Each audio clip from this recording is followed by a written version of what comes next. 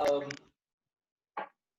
नमस्कार, सगळ्यांचं स्वागत आहे आजच्या आपल्या या फेसबुक लाईव्ह प्रेस कॉन्फरन्समध्ये. परिवर्तन तर्फे असं पहिल्यांदाच आपण करतोय आणि आपला हा जो प्रोजेक्ट आहे खासदार रिपोर्ट कार्ड, तो आपण आज या प्रेस कॉन्फरन्समध्ये लॉन्च करणार आहोत. माझ्याबरोबर आहे सायली दोडके. ती आणि मी आम्ही दोघांनी या सगळ्या प्रोजेक्टचं कोऑर्डिनेशनचं काम केलं होतं आणि अर्थातच परिवर्तनची प्रेसिडेंट अंकिता अभ्यंकर. तर आम्ही तिघं मिळून आजच्या पूर्ण इव्हेंटमध्ये तुम्हाला माहिती देणार आहोत.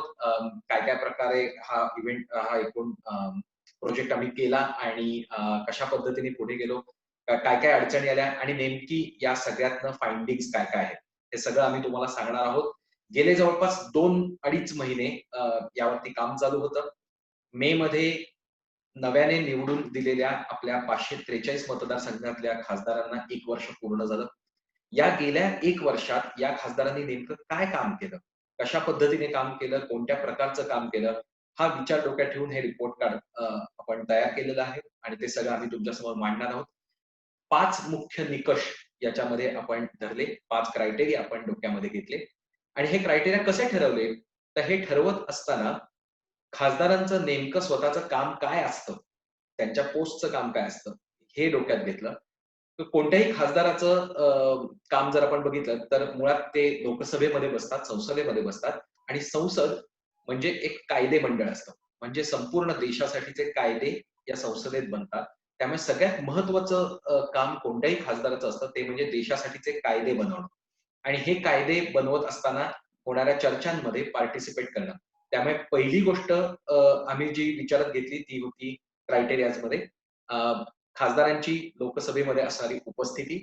दुसरा मुद्दा आहे त्यांनी किती स्वतंत्रपणे कायदे मांडले, विधेयकं मांडली, बिल्स किती मांडली, किती चर्चांमध्ये त्यांनी लोकसभेमध्ये सहभाग नोंदवला आणि चौथा, दुसरा अत्यंत महत्त्वाचा मुद्दा जो खासदारांच्या कामामधला आहे, तो म्हणजे ते सरकारला जाब विचारतात का, प्रश्न विचारतात का, सरकारला उत्तरदायी बनवतात का? आणि म्हणून त्यांनी लोकसभेमध्ये किती लेखी प्रश्न विचारले याची माहिती. असे आम्ही 4 मुख्य निकष या खासदारांच्या रिपोर्ट कार्डमध्ये धरलेले आहेत आणि 5वा जो तितकाच महत्त्वाचा मुद्दा आहे तो म्हणजे सगळ्या खासदारांना खासदार निधी मिळतो. Member of parliament local area development scheme म्हणजे एमपी लॅड्स या अंडर तो निधी दिला जातो. त्या निधीचा वापर त्यांनी कशा पद्धतीने केलाय, कुठे केला आहे, कोणत्या सेक्टरमध्ये केलाय, कोणत्या कामांसाठी केलाय, ही सगळी माहिती या रिपोर्ट कार्डमध्ये घेण्याचा आम्ही प्रयत्न केलेला आहे. 2 गोष्टी सुरुवात करण्याआधी सांगतो. जास्तीत जास्त अपडेटेड लेटेस्ट माहिती तुम्हाला द्यावी असा आमचा विचार होता आणि त्यानुसार 20 एप्रिल पर्यंतची अपडेटेड माहिती एमपी लॅड्स बाबतची आणि 31 मे पर्यंतची लोकसभेतल्या कामकाजाबद्दलची सगळी अपडेटेड माहिती तुम्हाला आपल्या रिपोर्ट कार्डमध्ये दिसेल. सो रिपोर्ट कार्ड बद्दल आणि थोडक्यात परिवर्तनची भूमिका याबद्दल सुरुवातीला तुम्हाला परिवर्तन प्रेसिडेंट अंकिता अभ्यंकर सांगणार. अंकिता. नमस्कार. तर थोडंसं प्रोजेक्ट का केलं ह्याच्याबद्दल बोलते आधी. 2008 पासनं परिवर्तन सुशासनासाठी पुणे या ठिकाणी म्हणजे पुणे महानगरपालिका या पातळीवर काम करतच आलं आहे. त्याच्यामध्ये गव्हर्नमेंटची अकाउंटेबिलिटी म्हणजे आपण निवडून दिलेल्या प्रतिनिधींना आपण अकाउंटेबल धरणं हा एक खूप महत्वाचा भाग असतो. याला अनुसरूनच रिपोर्ट कार्ड हे प्रोजेक्ट आम्ही सुरू केलं. 2012ला आम्ही पहिल्यांदा नगरसेवक रिपोर्ट कार्ड प्रसिद्ध केलं होतं. त्याच प्रोजेक्टचा पुढचा टप्पा म्हणून आम्ही आता खासदारांचं रिपोर्ट कार्ड गेल्या वर्षी हे 2014 ते 19 या काळासाठी प्रसिद्ध केलं होतं. त्याच रिपोर्ट कार्डचा पुढचा टप्पा म्हणजे 17व्या लोकसभेच्या 2019 ते 20 ह्या पहिल्या कामकाज वर्षाचं रिपोर्ट कार्ड आज आम्ही आता तुमच्यासमोर प्रसिद्ध करतोय. आपण म्हणजे नागरिकांनी निवडून दिलेले प्रतिनिधी नेमकं काय काम करतात ह्याचं मूल्यमापन करणं हे अत्यावश्यक बाब आहे असं मला वाटतं. आणि त्याचप्रमाणे एक इन्फॉर्म्ड इलेक्टोरेट म्हणजे सजग मतदार संघ निर्माण करणं हा पण तितकाच महत्वाचा लोकशाही मधला भाग आहे असंही मला वाटतं. या दोन्ही च्या उद्देशाने हे दोन्ही उद्देश याद्वारे साध्य होतील असं आम्हाला वाटलं. म्हणून हा नगरसेवक आणि तसंच खासदार रिपोर्ट कार्ड हे दोन्ही प्रोजेक्ट आम्ही केले. तुमच्या समोर संकलित केलेली माहिती ही अतिशय अत्यंत वस्तुनिष्ठ आणि अधिकृत आहे. ही लोकसभेच्या वेबसाईट्सवरनं घेतलेली आहे. सध्याच्या सोशल मीडिया न्यूज आणि व्हायरल कल्चरमध्ये अत्यंत आश्वासक अशी अधिकृत माहिती संकलित केलेला हा प्रोजेक्ट सगळ्यांना मतदारांना आणि लोकांना, सर्वसामान्य लोकांना नक्कीच फायद्याचा ठरेल असं मला वाटतं. आणि ह्याच प्रोजेक्ट बद्दल आता डिटेल माहिती देण्यासाठी मी सगळी सूत्र तन्मयकडे सुपूर्द करते. Okay. So thank you Ankita. आता हे रिपोर्ट कार्ड कशा पद्धतीने सगळ्यांसमोर मांडायचं, तर अगदी नगरसेवक रिपोर्ट कार्ड पासूनच आम्ही याबाबत ठरवलं की ते जास्तीत जास्त सोपं करून द्यायचंय आणि त्यासाठी आपण वेबसाईट तयार केलेली आहे, एक स्वतंत्र वेबसाईट तयार केली आहे आणि ती वेबसाईट कशी वापरायची, त्यावर आपल्या खासदाराचं रिपोर्ट कार्ड कसं बघायचं याचा एक छोटासा डेमो तुम्हाला सायली देणार आहे. सायलीने पूर्णपणे वेबसाईट कोऑर्डिनेशनचं काम केलेलं आहे ती वेबसाईट बनवत असताना. सो सायली याचा डेमो देशील का? थँक्यू तन्मय. वेबसाईट बनवण्यासाठी आमचा मुख्य क्रायटेरिया असा होता की वेबसाईट खूप सोप्या पद्धतीने वापरता आली पाहिजे सगळ्या लोकांना. तर आम्ही तसाच प्रयत्न केलाय. मी तुम्हाला दाखवते की तुम्ही ही वेबसाईट कशी वापरू शकता.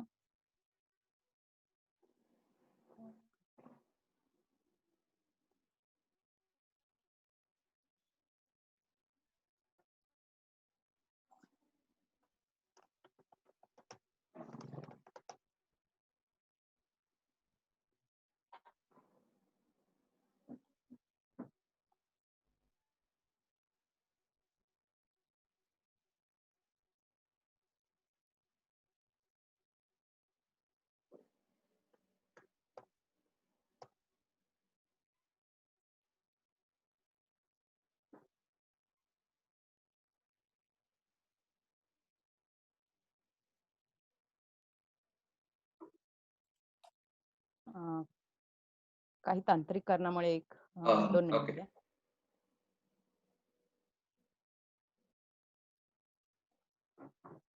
ओके. तर ही वेबसाईट वापरणं खरं तर फार सोपं आहे आणि आमची वेबसाईटही आम्ही फार सोपं नाव ठेवलं. असं जर तुम्ही तुमच्या ब्राउझरमध्ये टाइप केलं तर तुम्हाला आमचं ही खासदार रिपोर्ट कार्डची वेबसाईट हे होम पेज तुम्हाला दिसणार आहे. त्यानंतर इथे प्रत्येक खासदाराबाबत तुम्ही माहिती अगदी सोप्या पद्धतीने शोधू शकता. आता बघायला गेलं तर आपण इथे सगळ्या राज्यांची नावं दिसतायत. मी एका खासदारांबाबत तुम्हाला माहिती दाखवते. समजा आपल्याला पाहायचे आहेत विजयवाड्याचे खासदार.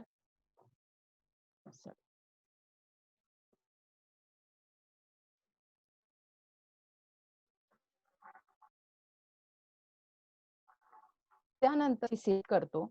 आपल्याला त्यांची काही पर्सनल इन्फॉर्मेशन इथे दिसते.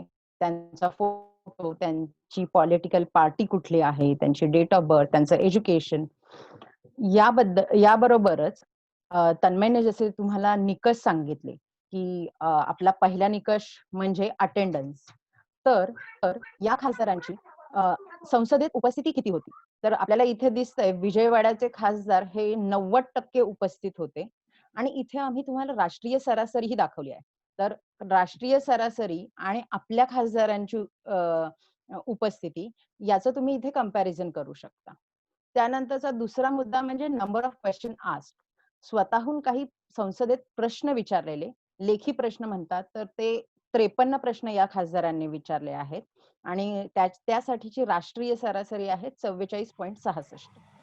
त्यानंतर ज्या चर्चा होतात लोकसभेत, ज्या नागरिकांच्या कामासाठी ज्या चर्चा होतात, त्यात या खासदारांचा सहभाग 10 चर्चांमध्ये या खासदाराने सहभाग घेतलेला आहे आणि त्यासाठीची राष्ट्रीय सरासरी आहे 15.56. जनतेच्या कामासाठी काही इंडिपेंडेंट बिल या खासदारांनी प्रेझेंट केली आहेत का, हेही आपण पाहिलेलं आहे आणि तोही आपला एक निकष होता. या वर्षात या खासदारांनी एकही बिल सादर केलेलं नाही आणि त्यासाठीचा नॅशनल ॲव्हरेजही आपल्याला 0.25 इतका दिसतोय. तर खरं तर म्हणता येईल आत्ताशी एकच वर्ष झालेलं आहे. तर त्यामुळे पुढच्या 4 वर्षात आपल्याला या बाबतीत आपल्याला सगळीकडे सुधारणा दिसेलच. त्यानंतर MP फंड युटिलायझेशन म्हणजे यांना जो निधी मिळतो तर तो निधी किती वापरला गेला आहे हा यांच्या विकास कामांसाठी तो आपल्याला इथे दिसतोय आणि नॅशनल ॲव्हरेजही दिसतोय. त्यानंतर खाली पाय चार्टच्या माध्यमातून आम्ही तुम्हाला हे दाखवलेलं आहे की हा जो निधी आहे हा आपण कुठल्या कुठल्या क्षेत्रात वापरला आहे. तर म्हणजे इथे आपण पाहू शकतो या टोटल निधीच्या चोपर वेलफेअर यासाठी वापरला गेला आहे. नंतर ड्रिंकिंग वॉटर फॅसिलिटीसाठी 21% निधी वापरला आहे. त्यानंतर अदर पब्लिक सर्व्हिसेस साठी 16.6 टक्के इतका निधी वापरला आहे. एज्युकेशन साठी आहे. रेल्वेज, रोड, पाथवेज असा डिस्ट्रीब्युटेड निधी कशा कशा डिस्ट्रीब्युट झालाय हे तुम्हाला इथे दिसू शकतं. इथे तुम्हाला भारतातील सगळे खासदार तुम्ही चेक करा. आम्ही ही माहिती आणखी सोप्या पद्धतीने दिसण्यासाठी आणि तुम्हाला कंपॅरेटिव्ह अनालिसिस करण्यासाठी इथे एक नवीन टॅब दिलेली आहे, ती म्हणजे समरी. समरीमध्ये पार्टी वाईज इथे जर तुम्ही गेले तर प्रत्येक पार्टीचा परफॉर्मन्स कसा आहे याबद्दल आपल्याला काही निकष दिसू शकतात. ते म्हणजे अटेंडन्स. आता प्रत्येक पार्टीचा अटेंडन्स हा कसा आहे, किती टक्के आहे, हे तुम्ही इथे ग्राफच्या माध्यमातून पाहू शकता. तसेच जे आपले दुसरे क्रायटेरियाज आहेत, नंबर ऑफ क्वेश्चन्स आस्क्ड, म्हणजे प्रत्येक पार्टीने किती अंदाज सरासरी किती प्रश्न विचारले आहेत हे तुम्हाला इथे पाहू शकता, दिसू शकतं. त्यानंतर आहे डिबेट्स, त्यानंतर ऍव्हरेज बिल किती प्रपोज केलेत प्रत्येक पार्टीने, आणि त्यानंतर ऍव्हरेज युटिलायझेशन ऑफ एमपीलॅट फंड्स. हे जसं तुम्ही पार्टी वाईज पाहू शकता तसंच तुम्ही स्टेट वाईजही ही इन्फॉर्मेशन पाहू शकता आणि कम्पेअर करू शकता. आपल्या राज्याची परिस्थिती दुसऱ्या राज्यांच्या तुलनेत कशी आहे. तर त्यातही आपले 5 क्रायटेरिया आपण याच क्रायटेरियाना धरून काम केलेलं आहे. त्यामुळे प्रत्येक राज्याप्रमाणे attendance, number of questions, number of debates आणि बिल्स आणि एमपीलॅट युटिलायझेशन हे आपल्याला इथे दिसू शकतं. तिसरी टॅब आहे ती म्हणजे एमपी वाईज. प्रत्येक खासदाराची पण काहीतरी कामगिरी कशी आपण कम्पेअर करू शकतो हे आपल्याला दिसतंय. आणि यात आम्हाला दिसतंय की जवळपास 100% असलेले 100% अटेंडन्स असलेले टॉप 10 खासदार आम्ही इथे लिहिले आहेत. त्यांची नावानुसार तुम्हाला माहिती मिळू शकते. त्यानंतर टॉप 10 खासदार ज्यांनी सगळ्यात जास्त प्रश्न विचारलेले आहेत त्यांची माहिती इथे तुम्हाला दिसतीये. त्यानंतर सर्वात जास्त चर्चांमध्ये भाग घेता, तसेच इंडिपेंडेंट बिलं मांडणारे आणि एमपीलॅट युटिलायझेशन चे फंड यूज करणारे. याचप्रमाणे जसं एमपीलॅट युटिलायझेशन ग्राफ माध्यमातून तुम्हाला माहिती दाखवली होती प्रत्येक खासदारासाठी, तसंच प्रत्येक राज्यासाठी सुद्धा सपोज आता इथे आंध्र प्रदेशसाठी तुम्हाला माहिती दिसू शकते की आंध्र प्रदेशमध्ये जो एमपीलॅटचा डेटा निधी होता तो कुठल्या कुठल्या क्षेत्रात जास्त वापरला गेलाय. तर इथे दिसतंय की हेल्थ, फॅमिली वेलफेअरला 33% वापरलाय, काही ड्रिंकिंग वॉटरला, फॅसिलिटीज असाच आम्हाला डेटा एमपीलॅटच्या वेबसाईटवर मिळाला होता. खरं तर हा डेटा आपल्याला आणखी डिटेल्ड मिळाला तर ती खूप चांगली गोष्ट राहील. पुढच्या वी होप की पुढच्या आपल्याला जो डेटा मिळेल तो आणखी डिटेल्ड स्वरूपाचा असेल. इथे तुम्हाला काही राज्यांसाठी डेटा दिसतोय, काही राज्यांसाठी नो डेटा अवेलेबल असा दिसतोय. जसं तन्मयने सांगितलं, आम्ही जास्तीत जास्त लेटेस्ट डेटा घेण्याचा प्रयत्न केलेला आहेच. पण काही राज्यांसाठी अजूनही लोकसभेच्या आणि एमपीलॅटच्या अधिकृत वेबसाईटवर तितका डेटा अवेलेबल नाहीये. जितका डेटा आम्हाला मिळाला आहे तो आम्ही तुम्हाला सोप्या पद्धतीने करून दाखवण्याचा प्रयत्न केलेला आहे. हे झालं प्रत्येक आपल्याला कंपॅरिझन करण्याच्या हिशोबाने. त्यानंतर आम्ही गेल्या जसं अंकिता म्हणाली की गेल्या 5 वर्षाचं खासदारांचं रिपोर्ट कार्ड आम्ही बनवलं होतं आणि ते जर रिपोर्ट कार्ड तुम्हाला पाहायचं असेल तर तुम्ही KRC 2014-19 या टॅबवर जाऊ शकता आणि इथे तुम्हाला जुनं रिपोर्ट कार्ड जे आमचं होतं, जे आम्ही लोकसभेच्या निवडणुकीच्या वेळेस केलं होतं, ते तुम्ही पाहू शकता. म्हणजे यात तुम्हाला जुन्या खासदारांबाबत माहिती दिसेल आणि कदाचित तुम्ही आपला जुना खासदार आणि नवीन खासदार कसे काम करतायत हे तुम्ही नक्कीच व्हेरीफाय करू शकता. इथे तुम्हाला दिसेल आपले जुने खासदार जे होते त्यांची माहिती इथे उपलब्ध आहे आणि तुम्हाला परत नवीन आत्ताच्या खासदार रिपोर्ट कार्डकडे जाण्यासाठी KRC 2019-20 ही लिंक अवेलेबल आहे.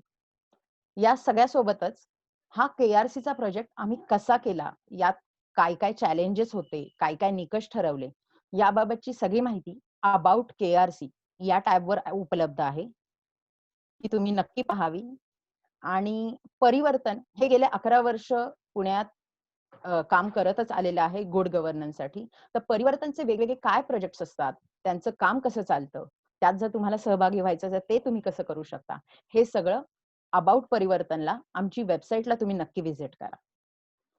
याबरोबरच या पूर्ण रिपोर्ट कार्ड नंतर काही इंटरेस्टिंग फॅक्ट्स आमच्या नजरेत आले आणि ते फॅक्ट्स आम्ही प्रेस नोट मध्ये जाहीर केलेल्या आहेत.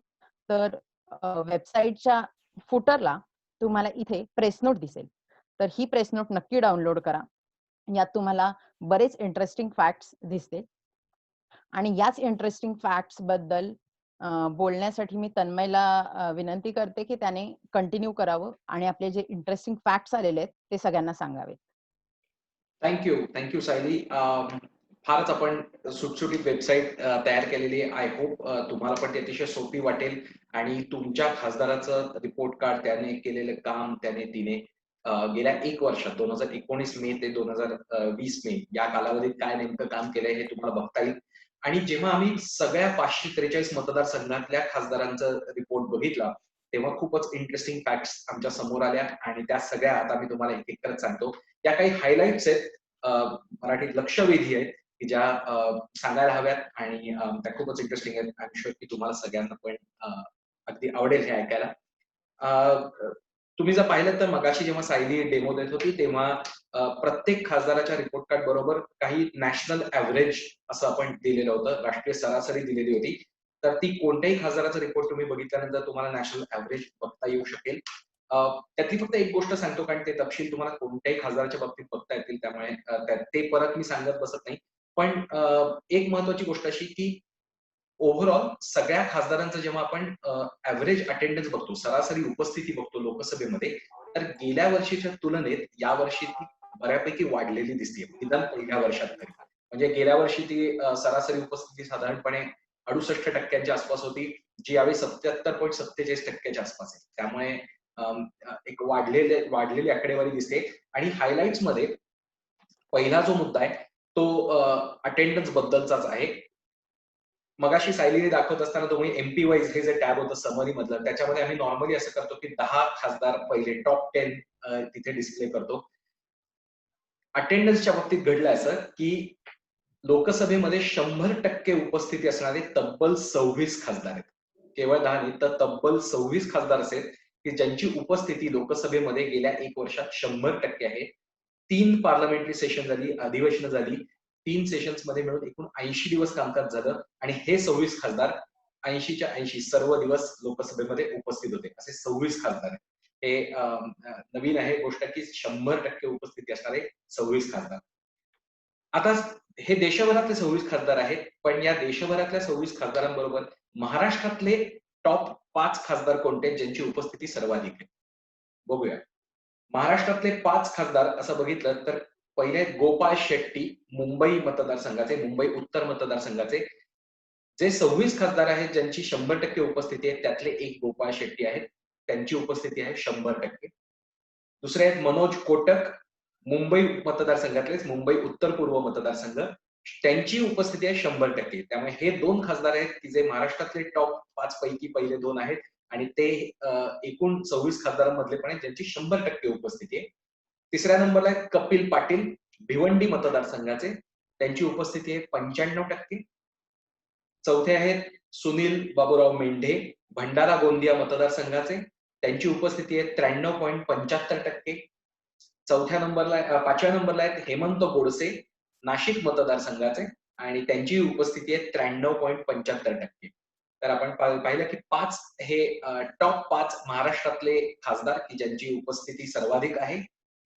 आपला पुढचा मुद्दा, पुढचा क्रायटेरिया तो म्हणजे सर्वाधिक प्रश्न विचारणं, सरकारला प्रश्न विचारणं, वेगवेगळ्या त्यांच्या योजनांबद्दल प्रश्न विचारणं, जाब विचारणं, हे कोणी सर्वाधिक केलेलं आहे? तर बघूया सगळ्यात आधी देशातले सर्वाधिक प्रश्न विचारणारे 5 खासदार.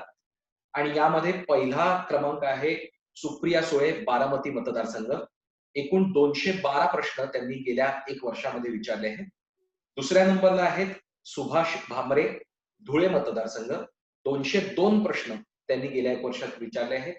तिसऱ्या नंबरला आहे डॉक्टर अमोल कोल्हे, शिरूर मतदारसंघ. 202 प्रश्न त्यांनी लोकसभेमध्ये विचारले आहेत.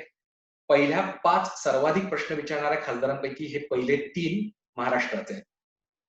उरलेल्या दोघांमध्ये आहेत सुधीर गुप्ता, मध्य प्रदेशमधल्या मंदसौर मतदारसंघातले. त्यांनी विचारले 198 प्रश्न. विद्युत महतो हे जमशेदपूर मतदारसंघाचे. त्यांनी एकूण विचारले आहेत 195 प्रश्न. विद्युत महतो यांच्या बरोबरीनेच 195 प्रश्न विचारणारे महाराष्ट्रातलेही खासदार आहेत गजानन कीर्तीकर, मुंबई उत्तर पश्चिम मतदारसंघातले. त्यांनीही 195 प्रश्न विचारले. त्यामुळे महाराष्ट्रातले पहिले 5 खासदार ज्यांनी सर्वाधिक प्रश्न विचारलेत असं जर आपण बघितलं तर त्यात पहिले 3 जे देशातली आहेत, पहिले 3 सुप्रिया सुळे, सुभाष भामरे, डॉक्टर अमोल कोल्हे, त्याबरोबर गजानन कीर्तीकर, आणि 5व्या क्रमांकावर आहे श्रीरंग बारणे, मावळ मतदारसंघ. त्यांनी 194 प्रश्न गेल्या 1 वर्षात सरकारला विचारले आहेत. आपला पुढचा क्रायटेरिया आहे सर्वाधिक चर्चांमध्ये सहभाग घेणारे खासदार. आता आपण बघूया देशातले सर्वाधिक चर्चांमध्ये सहभाग घेणारे खासदार कोणते आहेत. सगळ्यात जास्त वेळा त्यांनी सहभाग घेतला आहे. पहिल्या क्रमांकाला आहे पुष्पेंद्र सिंग चंदेल, उत्तर प्रदेशमधल्या हमीरपूर मतदारसंघातले. त्यांनी 317 वेळा लोकसभेतल्या चर्चांमध्ये सहभाग घेतलेला आहे. 3 सेशन्स झाली आहेत गेल्या 1 वर्षात आणि 80 दिवस कामकाज झालंय. या 80 दिवसात 317 वेळा पुष्पेंद्र सिंग चंदेल यांनी चर्चेमध्ये सहभाग घेतलेला आहे. गेल्या वेळेचं जे रिपोर्ट कार्ड होतं त्यातही हे पुष्पेंद्र सिंग चंदेल पहिल्या 5 मध्ये होते. दुसऱ्या क्रमांकावर आहे कुलदीप राय शर्मा, अंदमान निकोबार मतदारसंघाचे, आणि त्यांनी 170 वेळा डिबेट्समध्ये पार्टिसिपेट केले, चर्चेत सहभाग नोंदवलेला आहे. तिसऱ्या नंबरवर आहे अधीर रंजन चौधरी, बेहरामपूर पश्चिम बंगाल या मतदारसंघातले ते आहेत. 164 वेळा त्यांनी सहभाग नोंदवलाय चर्चेमध्ये. एन के प्रेमचंद्रन हे कोल्लम मतदारसंघातले, केरळमधल्या. 135 वेळा त्यांनी डिबेटमध्ये पार्टिसिपेट केलेलं आहे. आणि 5व्या नंबरवरती आहेत अर्जुन राम मेघवाल, हे बिकानेर मतदारसंघाचे आहेत. 107 वेळा त्यांनी चर्चांमध्ये सहभाग नोंदवलेला आहे. तर हे देशातले पहिले 5 खासदार ज्यांनी सर्वाधिक वेळा चर्चेमध्ये सहभाग नोंदवलाय. आता आपण बघूया या डिबेट्समध्ये पार्टिसिपेट करणाऱ्या खासदारांपैकी महाराष्ट्रातले पहिले 5 कोण. महाराष्ट्रातल्या पहिल्या 5 मध्ये पहिला नंबर आहे सुप्रिया सुळे, बारामती मतदारसंघ. 97 वेळा त्यांनी चर्चेमध्ये सहभाग घेतला आहे. दुसऱ्या क्रमांकावर आहे राहुल शेवाळे, मुंबई दक्षिण मध्य मतदारसंघ. त्यांनी 53 वेळा चर्चेमध्ये सहभाग नोंदवलाय. तिसऱ्या नंबरला आहे डॉक्टर श्रीकांत शिंदे, कल्याण मतदारसंघ. एकूण 49 वेळा त्यांनी डिबेट्समध्ये पार्टिसिपेट केलंय. चौथ्या नंबरवर श्रीरंग बारणे, मावळ मतदारसंघ. एकूण 48 वेळा त्यांचा सहभाग आहे. आणि 5व्या नंबरवर आहेत विनायक राऊत, रत्नागिरी सिंधुदुर्ग मतदारसंघ. एकूण 46 वेळा त्यांनी डिबेट्समध्ये पार्टिसिपेट केलं. पुढचा आपला क्रायटेरिया आहे तो म्हणजे सगळ्यात जास्त इंडिपेंडेंट बिल्स मांडणारे खासदार, म्हणजे स्वतंत्रपणे विधेयक मांडणारे, कायदा मांडणारे असे हे खासदार. आपण नॅशनल ऍव्हरेज जर एकूण बघितलं, राष्ट्रीय सरासरी बघितली तर ती आता अत्यंत कमी आहे, 0.25 एवढीच आहे. एवढीच सरासरी आहे की इतके कमी इंडिपेंडेंट बिल्स या लोकसभेमध्ये गेल्या 1 वर्षात मांडली गेली आहेत. बघूया देशात सगळ्यात जास्त बिल्स कोणी मांडली आहेत इंडिपेंडेंटली, स्वतंत्रपणे विधेयक कोणी सर्वाधिक मांडले. पहिले 5 खासदार. पहिल्या 5 मध्ये पहिला नंबर पुन्हा महाराष्ट्राचाच आहे. तो म्हणजे महाराष्ट्रातले आपले खासदार गोपाळ शेट्टी, मुंबई उत्तर मतदारसंघाचे. त्यांनी एकूण 9 इंडिपेंडेंट बिल्स मांडले, स्वतंत्रपणे विधेयक मांडली. दुसऱ्या नंबरला आहे डॉक्टर किरीट सोळंकी, अहमदाबाद पश्चिम या मतदारसंघाचे ते आहेत. त्यांनी 8 विधेयक एकूण मांडलेली आहेत. पुष्पेंद्र सिंग चंदेल, हमीरपूर उत्तर प्रदेश या मतदारसंघातले ते आहेत आणि 7 विधेयक त्यांनी एकूण मांडली आहेत. एन के प्रेमचंद्रन, कोल्लम मतदारसंघाचे, केरळमधल्या. त्यांनीही 7 विधेयक एकूण इंडिपेंडेंटली मांडली आहेत या गेल्या 1 वर्षात लोकसभेमध्ये. आणि 5व्या नंबरला आहेत निशिकांत दुबे, गोड्डा मतदारसंघ, झारखंड मधला मतदारसंघ आहे. त्यांनी एकूण 6 इंडिपेंडंट बिल्स मांडलेली आहेत. त्यामुळे आपण पाहू शकतो की या 5 खासदार आहेत की ज्यांनी सर्वाधिक इंडिपेंडंट बिल मांडले लोकसभेमध्ये सगळ्या देशातून. आता आपण हाच क्रायटेरिया लावूया महाराष्ट्रातल्या खासदारांना आणि बघूया महाराष्ट्रातले पहिले 5 कोण आहेत. अर्थातच देशातले पहिले जे आहेत तेच महाराष्ट्रातलेही पहिले आहेत. गोपाळ शेट्टी 9 इंडिपेंडंट बिल्स आहेत. दुसऱ्या नंबरला आहेत डॉक्टर श्रीकांत शिंदे. त्यांनी एकूण 5 इंडिपेंडंट बिल्स मांडली आहेत. कल्याण मतदारसंघाचे ते आहेत. तिसऱ्या नंबरला आहेत सुप्रिया सुळे, बारामती मतदारसंघ आणि 4 इंडिपेंडंट बिल्स त्यांनी आतापर्यंत मांडली आहेत. चौथ्या नंबरला श्रीरंग बारणे, मावळ मतदारसंघ, एकूण 4 बिल्स त्यांनीही मांडली आहेत. आणि राहुल शेवाळे, मुंबई दक्षिण मध्य मतदारसंघ, त्यांनीही 4 इंडिपेंडंट बिल्स मांडले. सो आपण जे जे क्रायटेरिया ठरवलेले आहेत, उपस्थिती, प्रश्न, इंडिपेंडंट बिल्स मांडणं आणि चर्चांमध्ये सहभाग, याच्यावरती आपण पहिले 5 कोण आहेत हे बघितलं. आणि पुढचा आपला क्रायटेरिया, 5वा क्रायटेरिया, तो म्हणजे खासदार निधीचा वापर. या बाबतीत आम्ही टॉप 5 किंवा टॉप 10 असं काढायच्या मागे गेलो नाही आहोत आता. याचं कारण असं की खूप साऱ्या खासदारांचा डेटा हा एमपीलॅटच्या वेबसाईटवरती उपलब्ध नाहीये. अनेक स्टेट्स, अनेक राज्यांचा डेटा उपलब्ध नाहीये, ती माहिती उपलब्ध नाहीये. त्यामुळे तो थोडासा अर्धवट हायलाइट झालं असतं. त्यामुळे ते आपण अवॉइड केलंय. पण जेवढा डेटा अवेलेबल आहे, खरं तर 20 एप्रिल पर्यंत गेल्या वर्षभराचा डेटा अवेलेबल व्हायला हवा होता, पण तो अद्याप झालेला नाहीये. तो जेवढा डेटा अवेलेबल आहे त्यातून ज्या काही गोष्टी समोर आल्या आहेत, त्यातनं काही ज्या हायलाइट्स लक्षात आल्या आहेत, त्या तुम्हाला मी सांगतो. सगळ्यात जास्त खासदार निधीचा वापर झालेली पहिली 5 कामं कोणती आहेत ते आपण बघू. मगाशी सायलीने जेव्हा डेमो दिला तेव्हा आपण पाहिलं की पाय चार्ट मध्ये आपल्याला वेगवेगळी कामं दिसत होती.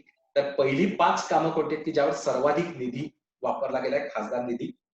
त्यातला पहिला कामाचा प्रकार आहे इतर विकास कामे, म्हणजे other public facilities, other development works.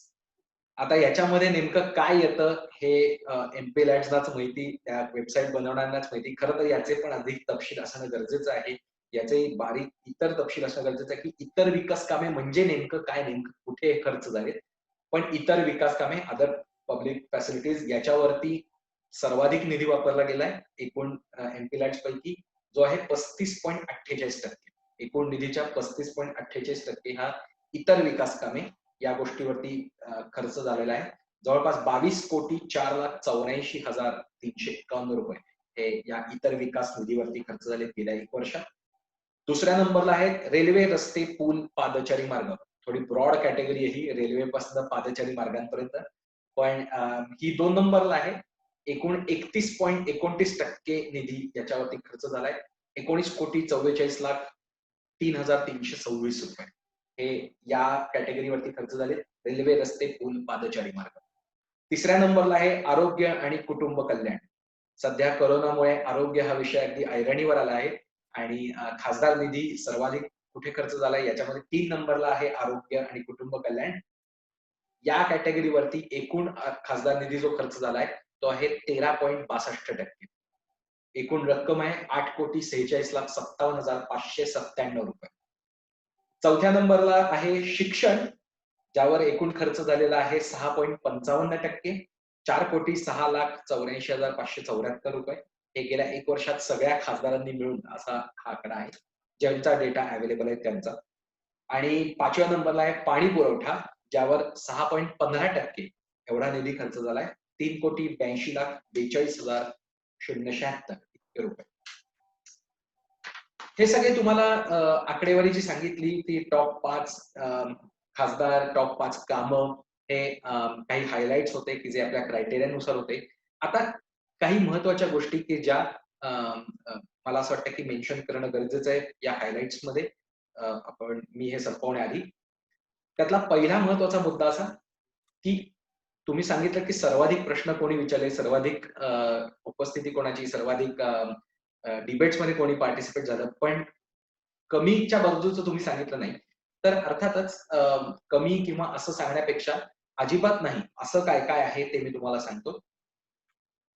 एकूण 85 खासदार असे आहेत देशभरातले की ज्यांनी गेल्या 1 वर्षात लोकसभेत एकही प्रश्न विचारलेला नाही.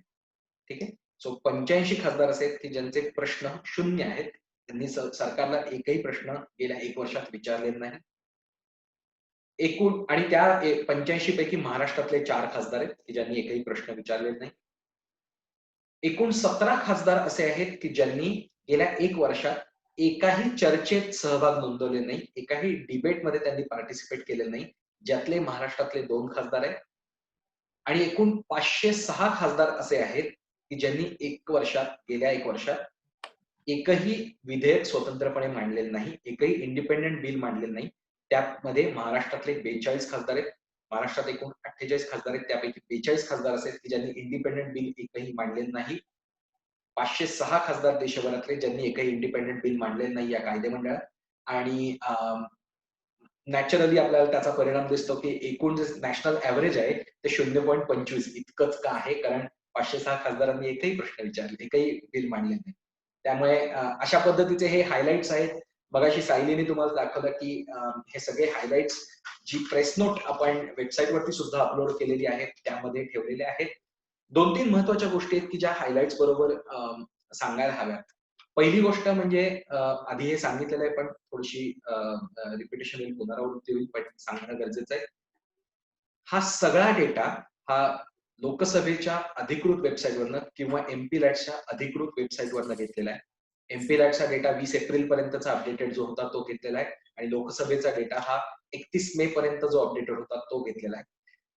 सगळा अधिकृत डेटा आहे. याच्यामध्ये कुठल्याही प्रकारे आम्ही आमचं मत देण्याचा प्रयत्न केलेला नाही. आम्ही फक्त सगळा डेटा तुमच्या समोर खुला करून मांडलेला आहे. कारण जे काही चांगलं वाईट म्हणायचं आहे तुमच्या खासदाराचा परफॉर्मन्स ते तुम्ही स्वतः म्हणावं, तुम्ही स्वतः ठरवावं असं आम्हाला वाटतं. आम्ही फक्त माहिती तुम्हाला देण्याचं काम केलंय.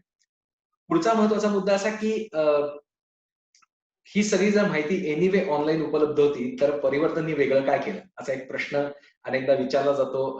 अनेकदा आम्हाला प्रेस कॉन्फरन्समध्ये आधीच्या रिपोर्ट कार्डच्या वेळी सुद्धा विचारला गेला आहे.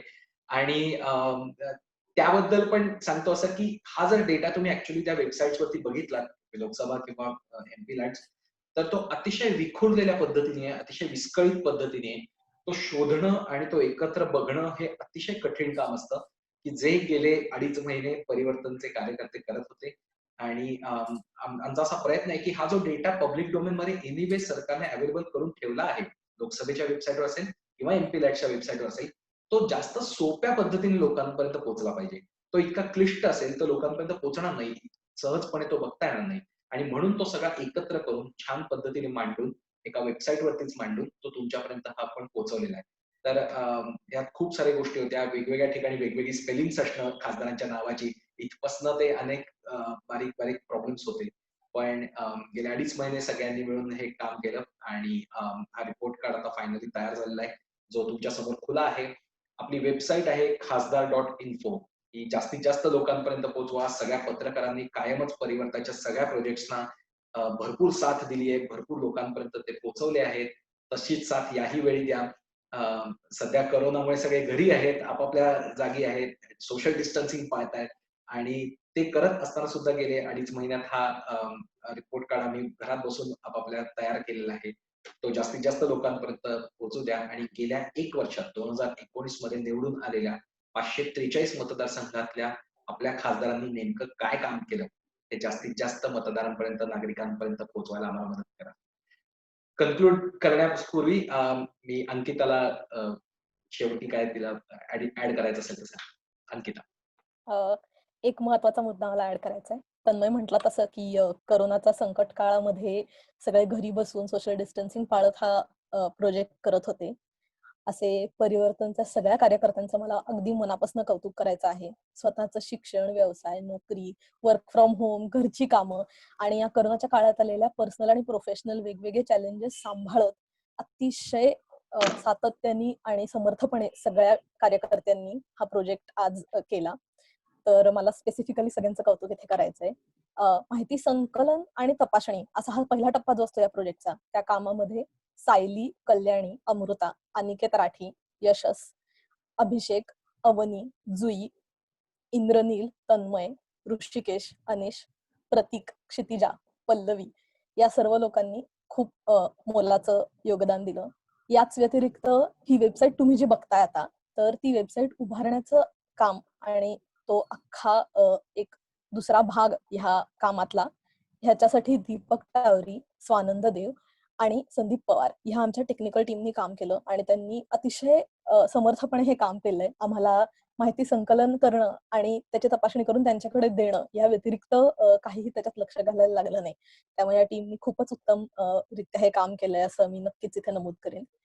त्याच्यानंतर खासदार रिपोर्ट कार्ड हे अधिकाधिक लोकांपर्यंत पोहोचण्यासाठी सोशल मीडिया मधून प्रचाराचं काम दीपक बाबर, अनिकेत राठी आणि अशोक या परिवर्तनच्या सदस्यांनी केलं होतं. त्याचबरोबर आम्ही फेसबुकवरती एक आवाहन केलं होतं, की जर का कोणाला ह्या आमच्या प्रोजेक्टमध्ये सहभागी व्हायचं असेल, तर तुम्ही आम्हाला कळवा. तर ह्या आव्हानाला उत्स्फूर्त प्रतिसाद देत रसिका सामक आणि तन्मय चव्हाण ह्या 2 लोकांनी पण आमच्या या माहिती संकलनाच्या कामामध्ये अतिशय अ, एक मोलाचा हातभार लावला. सो या सगळ्या लोकांचं मला इथे कौतुक करायचंय.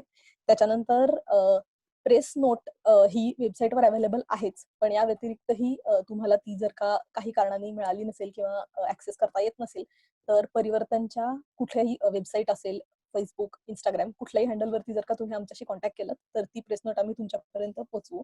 आणि अशा प्रकारे हा जो पहिल्या वर्षाचा आम्ही केलेला रिपोर्ट कार्ड आहे, त्याचा सगळ्यांना जास्तीत जास्त फायदा होईल आणि सगळ्यांच्या पसंतीस उतरेल हे, त्याची मला खात्री वाटते. आणि मी सायली, तन्मय तुम्हाला काही ऍड करायचंय का? नाही, दॅट्स इट. तुम्हाला काही प्रश्न असतील तर तुम्ही आम्हाला विचारू शकता. ओव्हरऑल Facebook लाईव्ह जे आपलं चालू आहे त्याच्यामध्ये तर मला काही प्रश्न आलेले दिसत नाहीयेत. पण तुम्हाला जर काही असेल तर तुम्ही आम्हाला थेट संपर्क साधू शकता. आम्ही तुमच्या प्रश्नांना उत्तरं देण्याचा प्रयत्न करू आणि आय होप की हे रिपोर्ट कार्ड जास्तीत जास्त लोकांपर्यंत पोहोचेल, जास्तीत जास्त लोकांना याचा उपयोग होईल आणि एकूणच दर 5 वर्षांनी जी परिस्थिती येते, आपण खासदारांना संपर्क साधतो त्याच्यापूर्वी दरवर्षी त्यांनी काय काम केलं, कशा पद्धतीने केलं, अशा प्रकारे पुढे जात आपण आपली लोकशाही जास्तीत जास्त सुदृढ, जास्तीत जास्त स्ट्रॉंग आणि उत्तरदायी म्हणजे आन्सरेबल, अकाउंटेबल बनवू असा आम्हाला विश्वास वाटतो. त्यात नक्की आम्हाला साथ द्या आणि आमच्यासोबत नेहमी सारखेच राहा. धन्यवाद. धन्यवाद. थँक्यू.